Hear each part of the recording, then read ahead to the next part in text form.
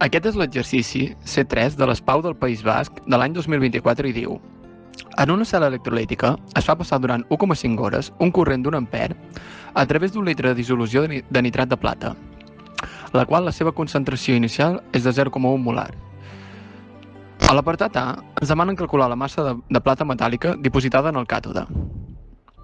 Tenim una sal, que és nitrat de plata, que es dissocia en ió plata i ió nitrat. En aquest cas, ens interessa l'ió plata. La reacció que té lloc en el càtode de la cel·la electrolítica és: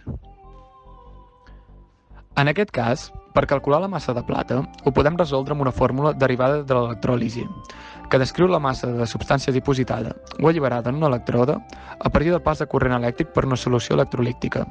La seva derivació es basa en la llei de Faraday de l'electròlisi i diu: la massa és igual a la massa molar multiplicada per la intensitat del corrent multiplicat pel temps, tot això dividit per la càrrega de l'ió multiplicada per la constant de Faraday.